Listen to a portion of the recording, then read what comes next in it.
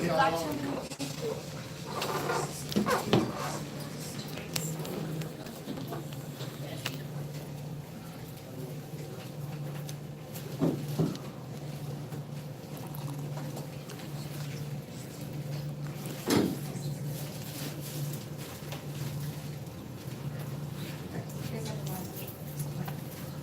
Yeah, Laura.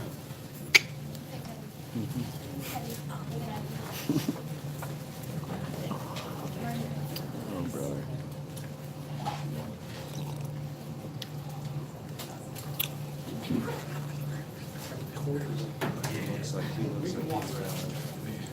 He looks like he's dead. Every single day we finish, I'm like, please, can I have some weights?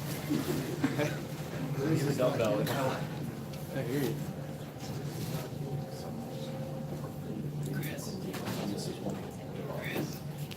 I think there's more seats. You guys want to sit down? There's seats everywhere. Please do. Look at there's seats over here. There's 5 seats. Makes us nervous. Y'all 5 one stand. over there. Feel like you're gonna rush us. Otherwise you'll be standing for a while. He wasn't joking. I'll make sure everybody's.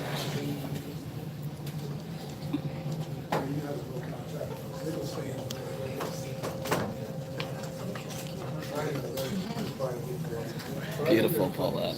Beautiful. That's what I was in there.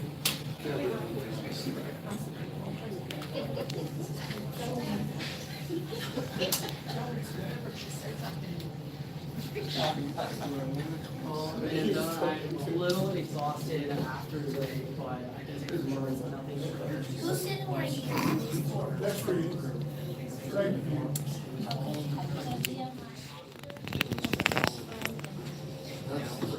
The cross-country trip was set by the organization, the honor and this usually starts back on April 7th, 7th. Today, they left. Long time ago, they just finished their report ending in Bolivia, back up tomorrow. Honor remember founder George Lutz says it is one of the ways to recognize. All right, everybody, let's begin if we may. And we may, because everybody that's here is here. That's as good as it's gonna get right now. If you're not here, let us know. How many of you in this room are not from North Carolina? All of them. Sweet. Okay, now put your hands down, let me tell you something. I want to welcome you to North Carolina. And I want to tell you some things about North Carolina that you may not know. But that way you will feel at home, even though you may not be from here, or maybe you've never been here before. North Carolina is the home of TV shows Swamp Loggers. I'm waiting for any reactions, because many of you are going to go, what? What's up? All right. And that's like 5 miles from here that took place. That should be one of my accounts. In the Green Swamp. There you go. Wicked Tuna. Everybody good? Okay. All these are North Carolina things. And the Andy Griffith Show. Come on now. Be honest. Yeah, never dies out. Other things we're famous for, the Outer Banks. Yeah. First Flight, Wright Brothers and Kitty Hawk. Woo! Yes, the Lost Colony in Manio. Woo! Okay, one's all right. One of my favorites, the home of Blackbeard the Pirate at Ocracoke. Yeah. Oh, yeah. All right, the one thing we don't want to talk about is Atlantic coast late summer and early fall hurricanes and tropical storms. They're famous for that, and it happens a lot. 2 of the largest military bases in the U.S. Great collegiate basketball. Go do. No one, thank you. Don't think there's any competition in the room. The home of NASCAR. More American Idol winners and runners-up than any other state in America. Covering all the bases, man. Skyland Drive and Grandfather Mountain. Biltmore State. Singers James Taylor and the Avett Brothers. Uh-huh. Yes. And the home of Bojangles, Texas Pete, Pepsi Cola, Krispy Kreme Donuts, barbecue, cheerwine, and moonshine. That definitely got me And the best for last, for the next 9 days, honor and remember Run for the Fallen. Now,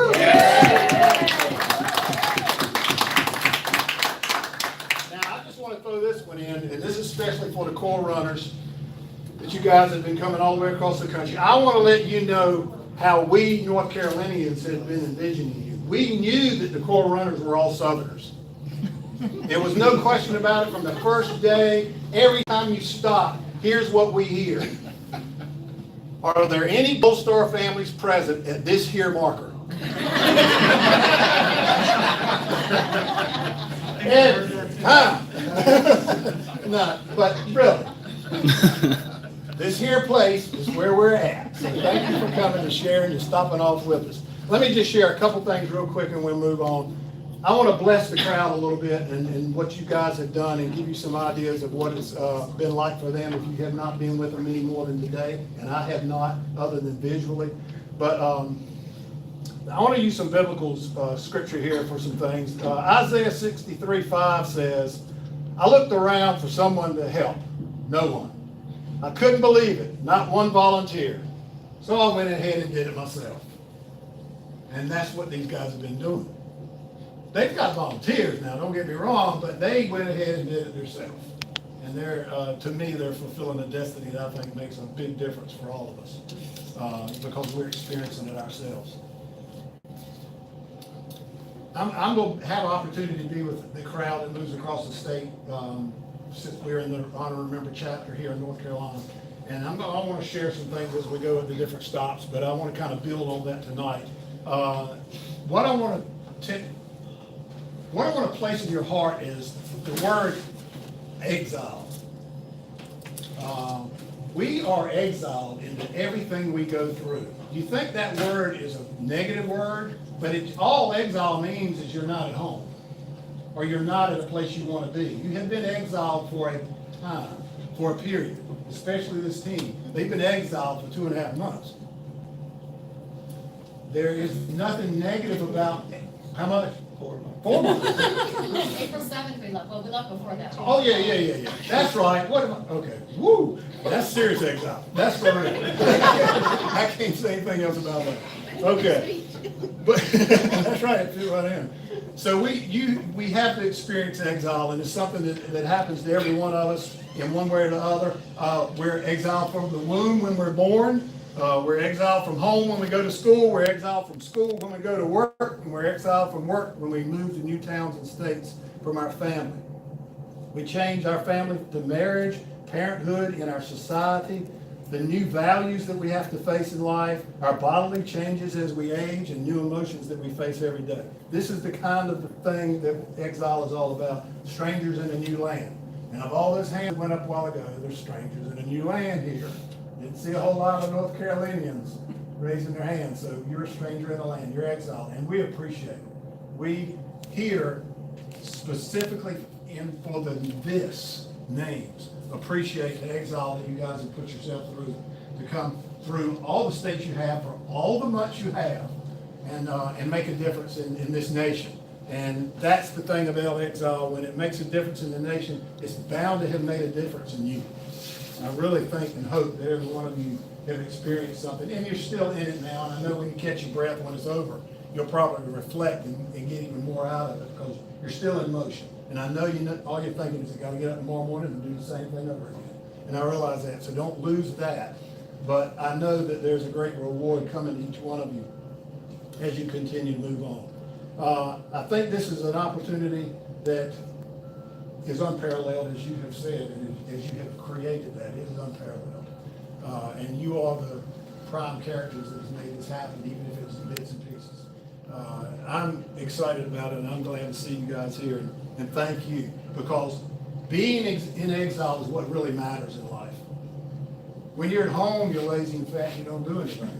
Now, I'm not just talking about me, but when I'm in exile, when I'm out of the comfort zone, I get a whole lot more done. And usually when I reflect back on that, I'm a whole lot more proud of what I did those days than those days I don't do anything.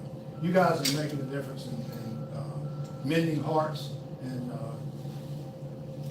I appreciate it very much so. So we'll move on from there until the names, if that's where you need to go next. Just throw it to me. They'll talk for a few minutes. Yes, and then we'll- absolutely. Take it away. Yes, thank you. Please do. Come on. Yes. Awesome.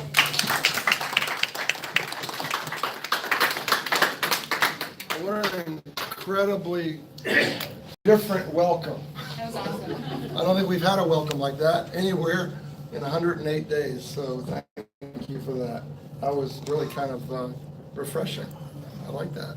So being welcomed to North Carolina, my name is George Lutz. If you don't know who I am, not you really care who I am, but just so you have a context. And I founded an organization called Honor and Remember. It's been quite a few years now, Memorial Day of 2008. And that organization was developed, it was established basically because at that time I felt as if this nation needed a way to say thank you to the Gold Star family, so those families who have lost loved ones in service to our country.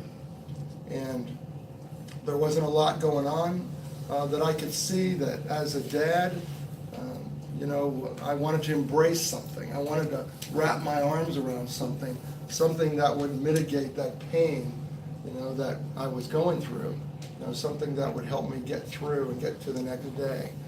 And so, searching around America for some message, from its citizens telling me how they remembered and that they cared that lives were being lost was really important to me at that point. And I really didn't find anything. As a matter of fact, it was kind of depressing not to find anything. And so what I did was, at that time, I started visiting other families. Started going to a lot of funerals, just naturally starting to go to funerals, military funerals, one after another. Why? Because I was looking to be able to share that feeling, of grief with those that were in the same situation as myself. And so that was the only way I knew to find them. There's not any kind of like hangout place, for families who have lost their loved ones in military service. And I don't even think the internet was that big at that time. This was 13 years ago. And so I began kind of this meeting of one family after another, and it got to be so common with me, I thought everybody was doing it.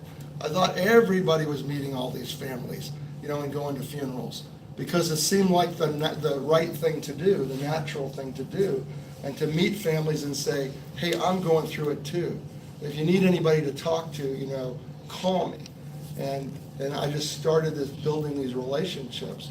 And as I did over the course of several years, I realized that all these families were thinking the same way. There was two things that were important to them: that their loved one not die in vain, and that they not be forgotten. Those were the two most important things that any Gold Star family could feel. And so this became such a common theme with me that I realized that, man, America needs to have a way to say thank you. They need to send a message to all of these families that their loved one did not die in vain, that there's somebody who thinks about it and somebody who remembers. And when my son first came to me and said, hey, Dad, I joined the Army, and I know I'm repeating myself for some of you that may have seen the live feed or been hanging out with me for a while, but the message is important. And every night we have new people that are here listening to that message. My son came to me and said, I joined the service, I joined the Army. My first thoughts were, hey, we got a war going on, kid. You could get hurt. And he was fine with that. He was a pretty talented kid. And what he said was, I think I can make a difference. I've got the skills and I've got the job I want, and I think I can make a difference. And, all I could do was hug him and be proud of him, right? But you see, every family, I don't know how many parents are in the room, but, I can ask a selfish question, don't raise your hand, But my question is, wouldn't you rather somebody else's kid died for their country than your own? If you had to give your kid up, you just don't, it's not a natural thing. You don't want anybody to die, but if somebody's going to die for their country, you certainly don't want it to be your kid or your spouse. And so it's just natural inclination. But somebody else's son or daughter or spouse or uncle or brother or sister is dying for their somebody's always going to be done. And so if someone else is giving their life, what is the least that we can do as a nation? Very least is to be appreciative and say thank you. So my next question is, well, how do you do that? Do you really know? You know, I mean, probably in this room, you know, that's not a fair question, because probably in this room, many of us may know a lot of families. And after today, if you hung out with us, you'll know you've known a lot more families, right? But how many do you really know? I mean, you're talking about the rest of society. You got 90% of our nation that doesn't know anything about the military. They're not connected to the military. They have nobody that served in the military. It's a small percentage of those that are veterans and active duty and military connected. So you got this huge percentage out there, let's say 80%, and that's probably low. 80% of our country don't really understand. And so who's really connecting with the families? Who really knows the families? Unless I went to a funeral and met, I wouldn't have known the families either. You know, and I gave a loved one. So how do we say thank you? How do we connect to those families that are out there? We don't. You know, Gold Star families, if I use that term, but Gold Star families don't need a day to remember their loved ones. They remember them every single day. And you probably heard that Memorial Day is every day. Okay, it kind of is. You know, well, they don't need a day, they don't need a run, they don't need a monument, they don't need anything to remind them that they lost their loved one, because it's ingrained in their very being. You know, many of us have tattoos on our bodies, so it's also emblazoned on us, you know, for the rest of our lives. And so we don't really need it. But the rest of America needs to be able to appreciate and show that appreciation for the freedoms that we've all been given. Now you might say, oh, we have Memorial Day. We have a whole day set aside just to remember our fallen, don't we? Do you know that 80% of America doesn't know why Memorial Day exists? They just don't know why it exists. It's an extra day off, it's the first day of summer, it's barbecue day, whatever. But 80% of this country doesn't know why Memorial Day exists. Well, if Memorial Day is set aside to remember our fallen, just generally, not by name, of course, but just generally, and 80% don't do it, then how are we really remembering as a nation? We're not. I mean, we fall way short of remembering as a nation, let alone the fact that every one of these men and women who gave their lives have a family, right? They have moms and dads and spouses and uncles and aunts and children and every kind of grandparents, every kind of family unit you can think of, they have it. So if we're not remembering the names of the service member who gave their life, we're not thinking at all about the family. Even they had a family. We had a death just recently in South Carolina. They had a funeral for him just this week. I don't know how many people in here would know his name, but I'll tell you, in 2 months or 3 months, you won't know whether he was married or not, whether he had a mom or dad that were divorced or together, whether he had kids, whether he had a brother or a sister. Nobody thinks about that.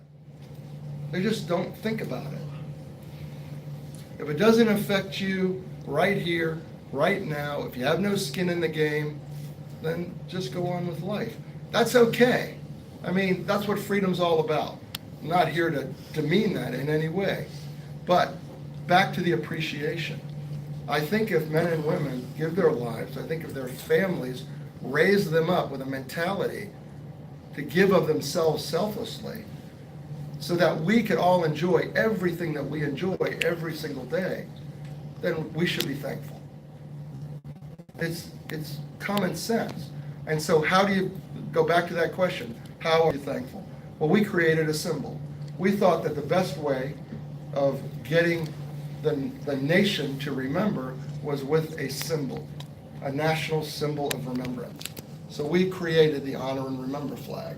And it became our mission, beginning 10 years ago, to make this flag a national symbol of remembrance. So that when anyone flew it, not the families, but when anyone in America flew this flag, they were flying it to send a specific and personal message to every Gold Star family that would see it. Whether it be at their home, at their church, at their business, at their public building, whatever it may be. To send that message of appreciation to not the one that they might know, but to the thousands that drive by on the roads who they may never see. That's the importance of why this organization was established. And it is North Carolina's official symbol of remembrance, state symbol of remembrance, by legislation. So that's just something I threw out there. So we're all about remembrance. That's why we created this organization. And what better way of remembering than to call the names out loud of those who gave their life. You probably heard this expression, that an individual can die two deaths. You can die a physical death, or you can die the death when the last person who calls out your name goes away. Right? The last person who knows who calls out your name is when you're really forgotten. And so as an organization, we thought, what better way of honoring than to compile a list of those service members who gave their lives in our current contemporary society. So we're all focused on the war on terror right now. It's like this, there's no end date to this war on terror. So 2.5 years ago, we were coming towards our 10th anniversary. I mentioned that 10 years ago we started the organization. And we thought, what better way? We had been doing these state runs in about 4 different states, where we were honoring the heroes from that particular state. So it was very similar to our format now, but we only honored those from that state. So we did runs in Virginia, in New York, in Indiana, and in Arizona. Those were our 4. We did North Carolina too. Kathy does it differently. Kathy, yeah, but Kathy started that even before we did. So we were focusing on calling out loud the names of those that were related to the state. So we were leaving out a lot of states. And we thought, wouldn't it be crazy if we could compile a list of names? I mean, a comprehensive and exhaustive list of names for every fallen service member who has died during the war on terror, regardless of how they died.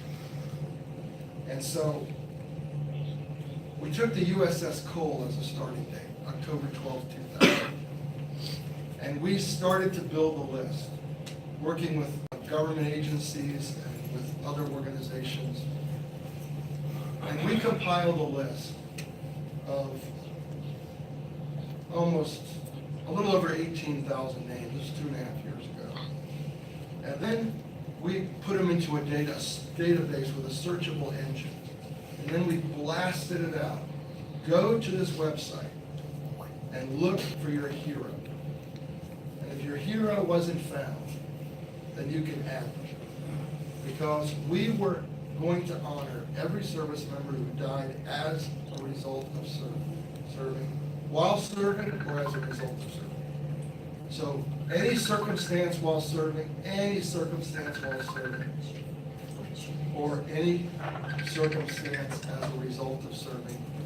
We even included those that died from the hidden wounds of post-traumatic stress after service.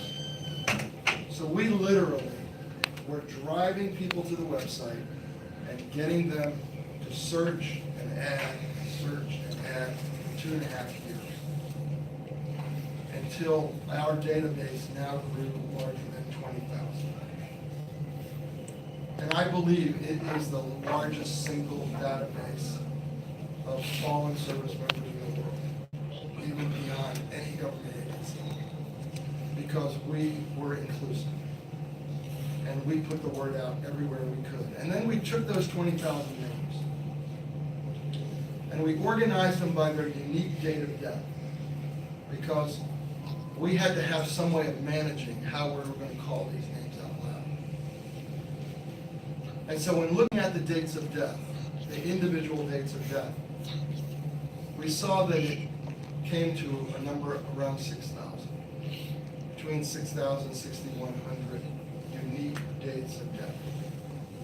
And we took those dates as markers, and they became miles. And then we laid out a trail across America in as many states as we could touch, which ended up to be 19 states across these 6,000 miles. Over about 50 miles a day is what our goal was.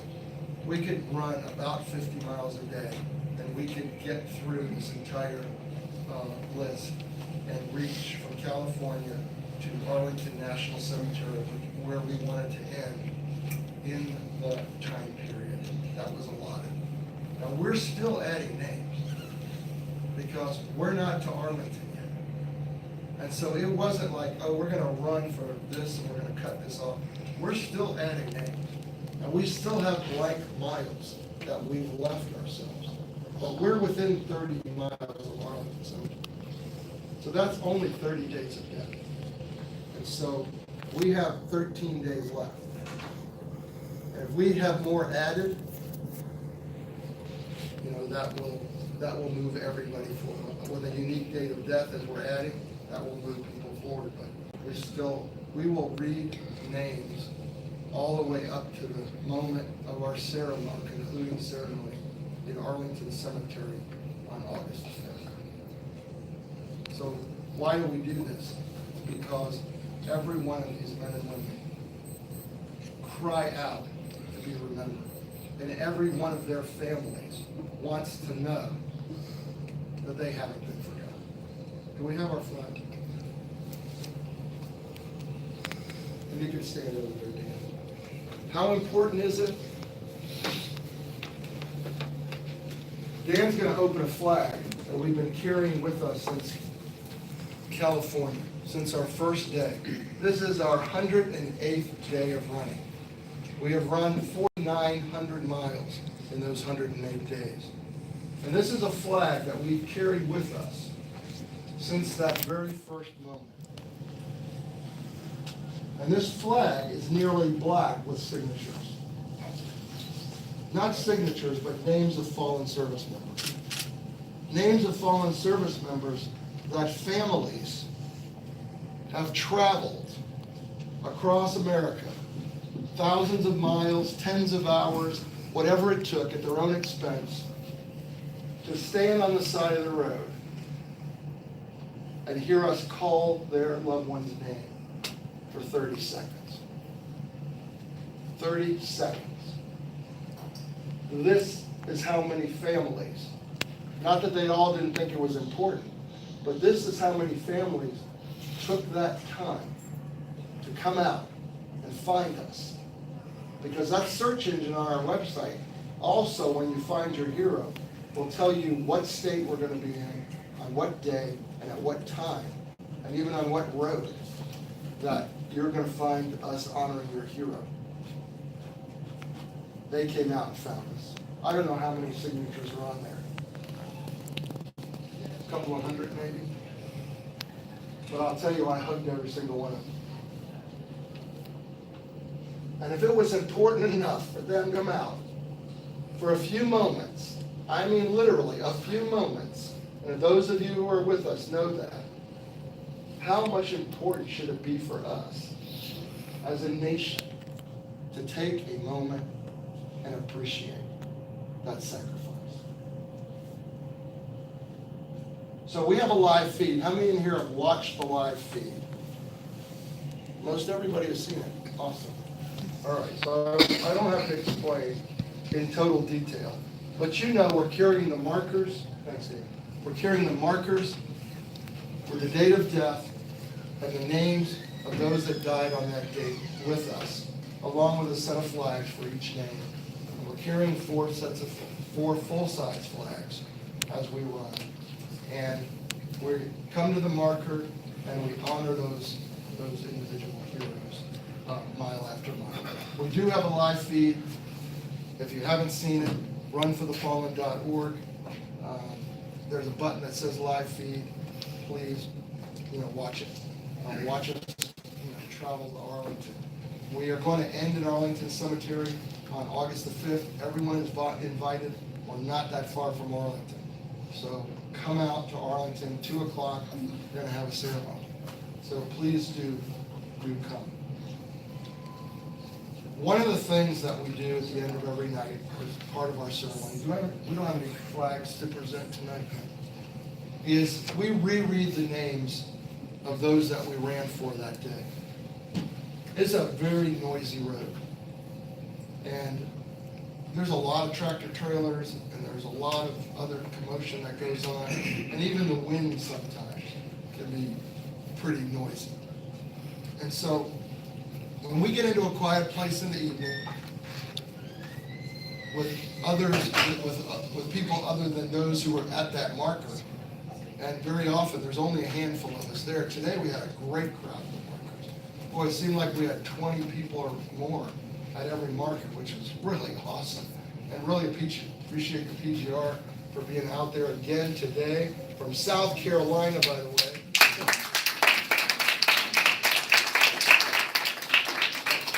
I haven't seen any from North Carolina yet. Anybody from North Carolina PGR want this year? No?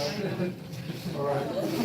So all the way from South Carolina, they've been with us for how many days now? 5 or 6 days? Really appreciate it. In the rain. More than appreciate it. And in the rain, whatever it took. But very noisy moment there on the side of the road. And so we like to reread those names. Plus, it gives us a chance to have you stand in for those families that aren't here. Very often, because of the live feed, we had a lot of families watching us today on that live feed.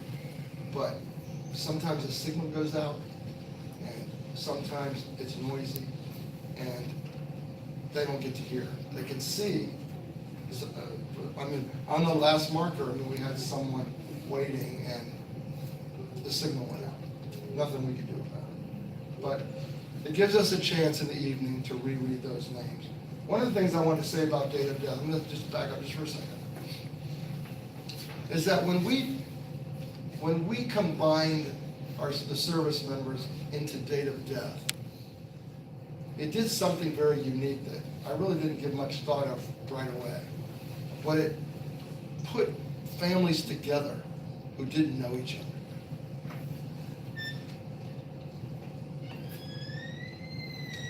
And there have been some remarkable moments when families got to meet other families who had that unique commonality. Because as Gold Star family members, we're always looking for some way, some new connection, some new person to come up and tell a story, or some common bond with someone, whether it be a birthday or a location or something.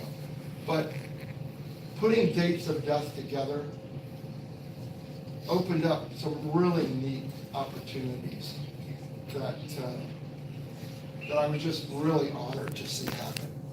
Didn't even know they would happen. The odds of getting one family at one place at one time is pretty remarkable. You saw hundreds, but we've read out thousands of names. Don't get me wrong, we've read over 18,000 names in the last 108 days. We may have seen 200 families. So there's a lot of families that have not been out here that they could have been, but I'm just saying, so to get two families to show up at a marker that didn't know each other, and to be at that moment, that time, and find us and all of the dynamics of traveling, and then be there is pretty remarkable. It's a God thing. And so I just want to point that out, that there's some unique things that are happening kind of, I say behind the scenes, but but underlying that are happening that are pretty special, right? And so we reread the names of those that we stood for that day.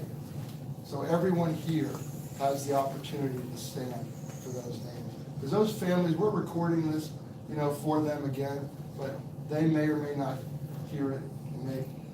This will be in the archives, it'll be on YouTube, hopefully forever. They'll be able to come back and see it. But you are here now, and you are able to hear those names. And those families that are here today, how many families that are here tonight were at their loved one's marker today? Okay, thank you. So I know that as we're reading these names, the families that are here that we've read their loved ones' names are going to be waiting to hear their loved one's name again. Whatever order that is, because it's a special moment. And so as we are reading them, and as all of you are listening, I want you to listen to every name as if it is your loved one's name. I want you to think about the family that is anticipating that name to be called. Because to speak a name out loud is so much more powerful than to just hold it in the air. And I've experienced that even today, with really strong families, thinking, okay, it's all good, we know why we're here, and let's have the ceremony. And then the moment their loved one's name is read, those walls come down, because it's a powerful moment. So we're going to reread those names now. I'm going to ask everybody to silence their cell phones. I should have said that first, but please make sure it's on silent, because I don't want anybody to be embarrassed with some crazy rocked out ringtone. But I know we have. But we ran for 126 heroes today. 126 heroes over 54 dates of death. 54 dates of death, 126 service members. Kristen is going to, and Chris are going to read the names. And anyone else want to read? And she'll tell you the dates that those cover, because we're just running in 2016 right now. So, and this, by the way, is our 18th state and our first day in North Carolina. I'm going to get out of the way. The dates that we ran for today were February 25th through April 24th of 2016. Staff Sergeant Terrell Robinson, United States Army. Staff Sergeant Olivia Christine Jock, United States Air Force. Corporal Shannon Lance Lee, United States Marine Corps. Corporal Ricardus Evidenkovas, United States Marine Corps. Private First Class Coral Lynn Clark, United States Army. Major Benjamin Jeremiah Brekla, United States Army. Sergeant First Class James Sean Davenport, United States Army. Sergeant First Class Norman Jason Uliza, United States Army. Specialist Christopher Daniel Bueller, United States Army. First Lieutenant Malcolm Scott Barabar, United States Army. Lance Corporal Malik Andre Baxter, United States Marine Corps. Chief Petty Officer Don Renee McElderry, United States Navy.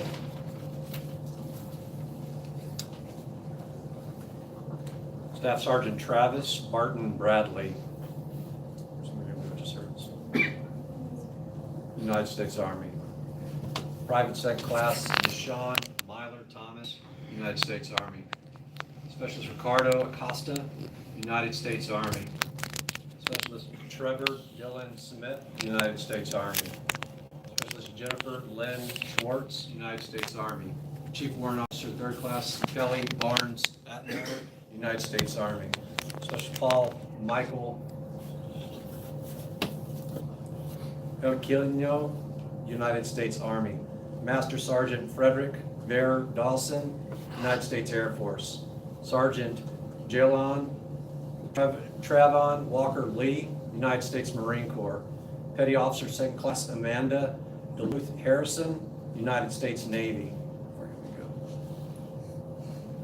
Sergeant Sean McGregor Van der Wal, United States Army. Specialist Timothy Lee Maples, United States Army. Major Kevin Edwards Clegg, United States Air Force. Specialist Kylie Yvonne Ray Williams, United States Army. Petty Officer First Class Timothy Allen Rewald, United States Navy. Sergeant Corey Robert Jackson, United States Army. Petty Officer First Class Dustin Marr Flower, United States Navy. Staff Sergeant Gregory Lance Burleson, United States Army. Jeffrey Lance Burleson, United States Army.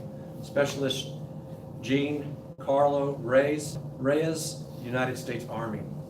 Captain Gregory Maurice Gullahorn, United States Navy. Don't lose me. Tech Sergeant Justin Blake Kuhn, United States Air Force. Staff Sergeant Donald Douglas Hanson, United States Army. Sergeant First Class Benjamin Antonio Chacon II, United States Army.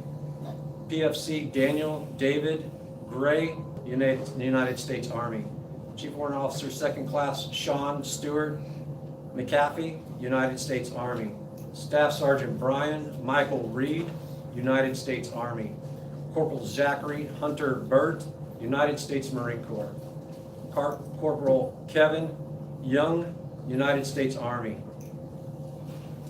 Airman First Class Caleb Sean Carr, United States Air Force. Tech Sergeant Darren Lane Wilcox, United States Air Force. Private Regine Sakikwa, United States Marine Corps. Petty Officer Third Class Rico Loris PV Jr., United States Navy. Petty Officer Second Class Christina June Evans, United States Navy.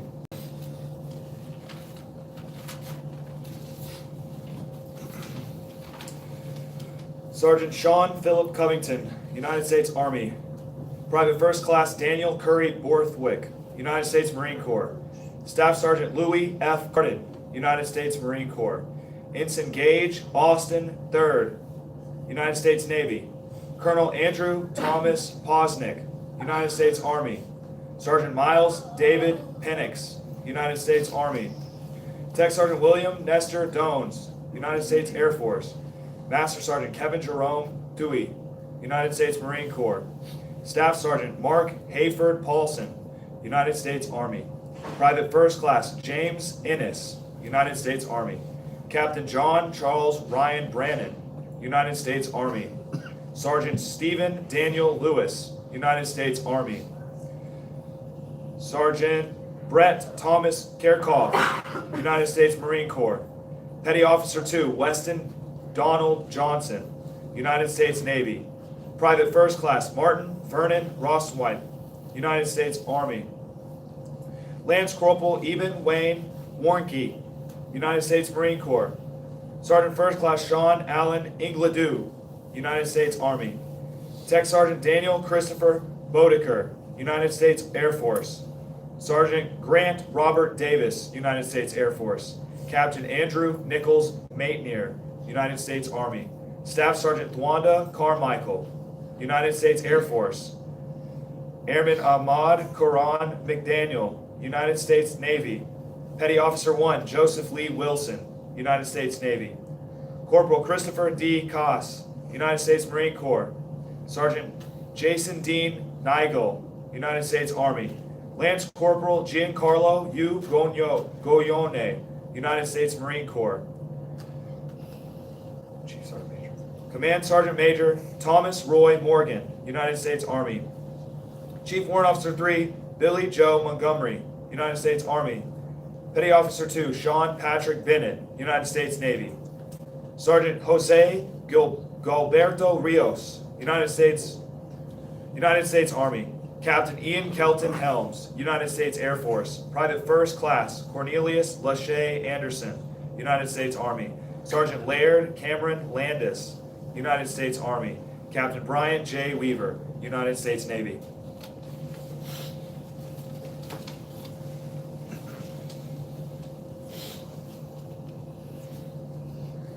Seaman Andrew Scott Laswell, U.S. Coast Guard. Captain Jamal Newton Paul, U.S. Air Force. Petty Officer 3rd Class Wesley Jaquan Electus, Jr., U.S. Navy. Corporal Zachary Adam Solomons, United States Marine Corps.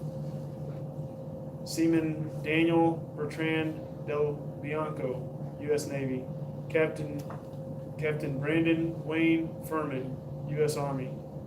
Captain Douglas John Rosinski, U.S. Army. Sergeant First Class Mackenzie Meeks Stab, U.S. Army. Petty Officer First Class Patrick Jamal Dawson, U.S. Navy. Second Lieutenant Rashid Sherman, U.S. Army. Airman Damian Dimitri Allison, U.S. Air Force. Tech Sergeant Stephen Douglas Bellino, U.S. Air Force. Lieutenant Colonel William Allen Schroeder, U.S. Air Force.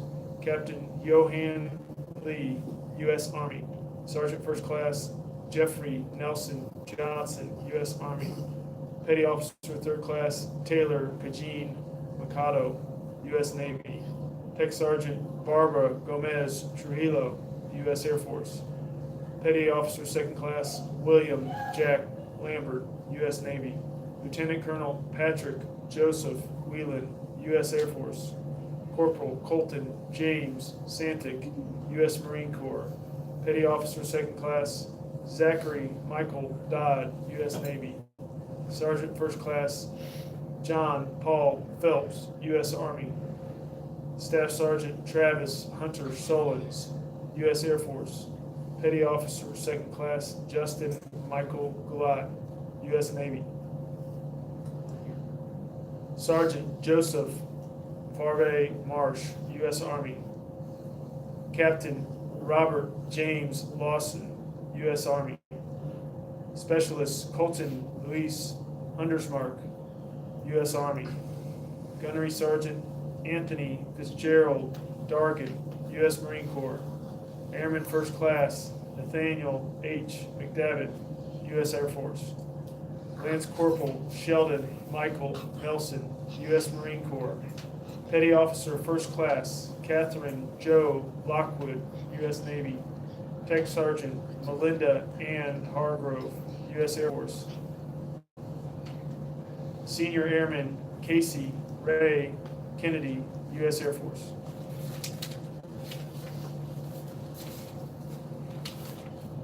Private First Class Rauda Douglas Rivas, United States Marine Corps. Specialist Adam J. Provines, United States Army.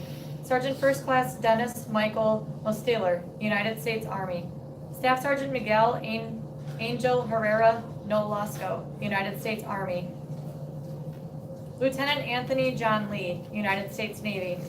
Sergeant First Class Daniel Cameron Martin, United States Army. Chief Petty Officer Kenneth Reginald Gates, United States Navy. Specialist Jacob Aaron Clark, United States Army. Lieutenant Colonel Bruce William Malone Jr., United States Army. Staff Sergeant Amber Christina Robinson, United States Army. Staff Sergeant Dustin James Yates, United States Army. Specialist Denzel Kenoris Young, United States Army. Staff Sergeant Christina Elizabeth Mendez, United States Air Force. 126 names over 54 dates of death today. Before I close, the other thing that we do is we're not just running for those that died during the war on terror and died during these months of 2016. We're really running for them all. And we run for them all because it's freedom that's been handed down from generations. And so I always give an opportunity at the end of the reading of our names for anyone in the room who would like to honor someone that they might have known from any generation that died under the same conditions, service-related or as a result of, before we close, and add them to our list of honors tonight. Is there anyone that would like to name someone that was not named tonight from any generation?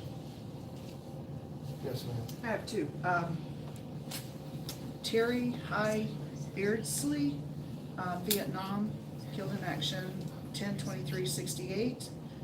And Donald Lauren Loveland Jr. Was Vietnam's related malignant melanoma, April 15th, 1982.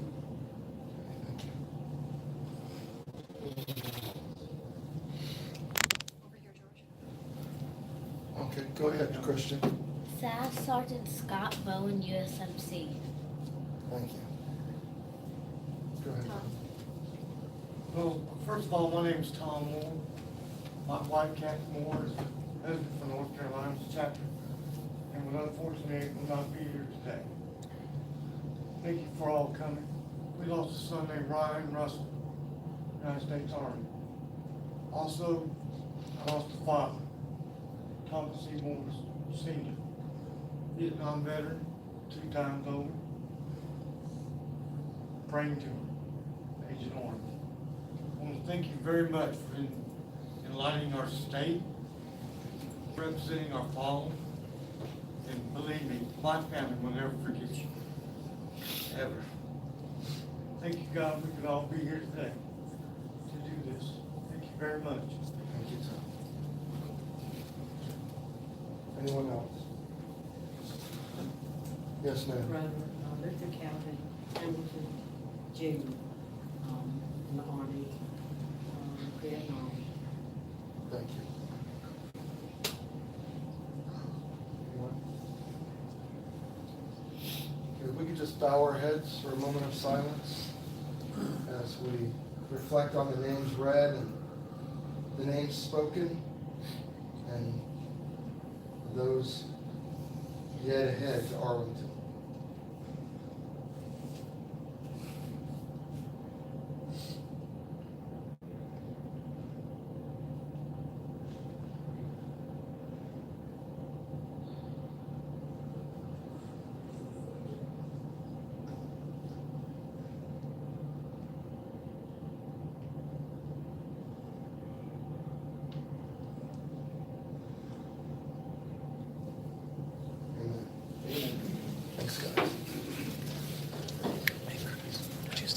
So that concludes our time. I do want to do one more thing before everybody closes off.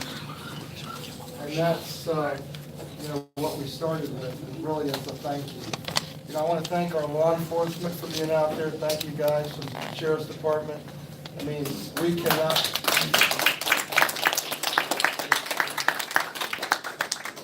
be safe or feel safe, without your presence, and it's very, very much needed and appreciated. And the attitude that you guys have in making this work, is just so important to us. So thank you. And the North Carolina chapter, I know your team, but Kathy's not here, so I'll mention it, but you guys, have everybody stand or wave their hand, or everybody in North Carolina chapter. Welcome into North Carolina. It was awesome. We love changing flags. We've done that 18 times now, so it's been pretty special. One more, and that's right, one more flag to go.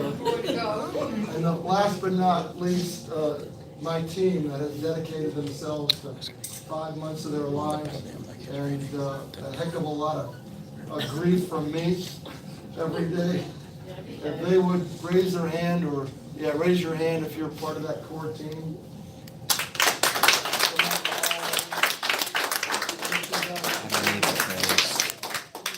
So they've been phenomenal, and of course we had a number of volunteers today and runners. So we even had some folks coming back out from South Carolina, Georgia.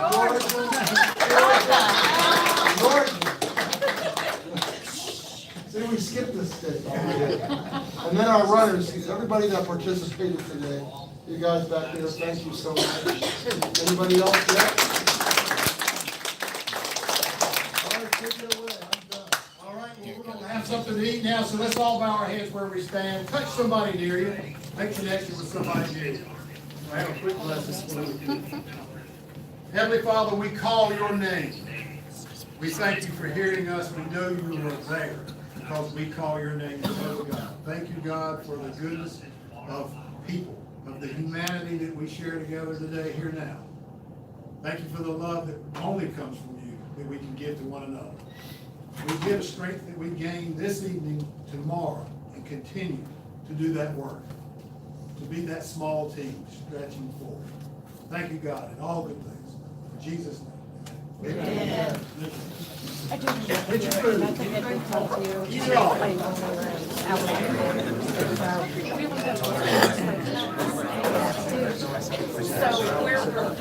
down the hall. I'm gonna, I do want my daughter. My favorite prayer of the whole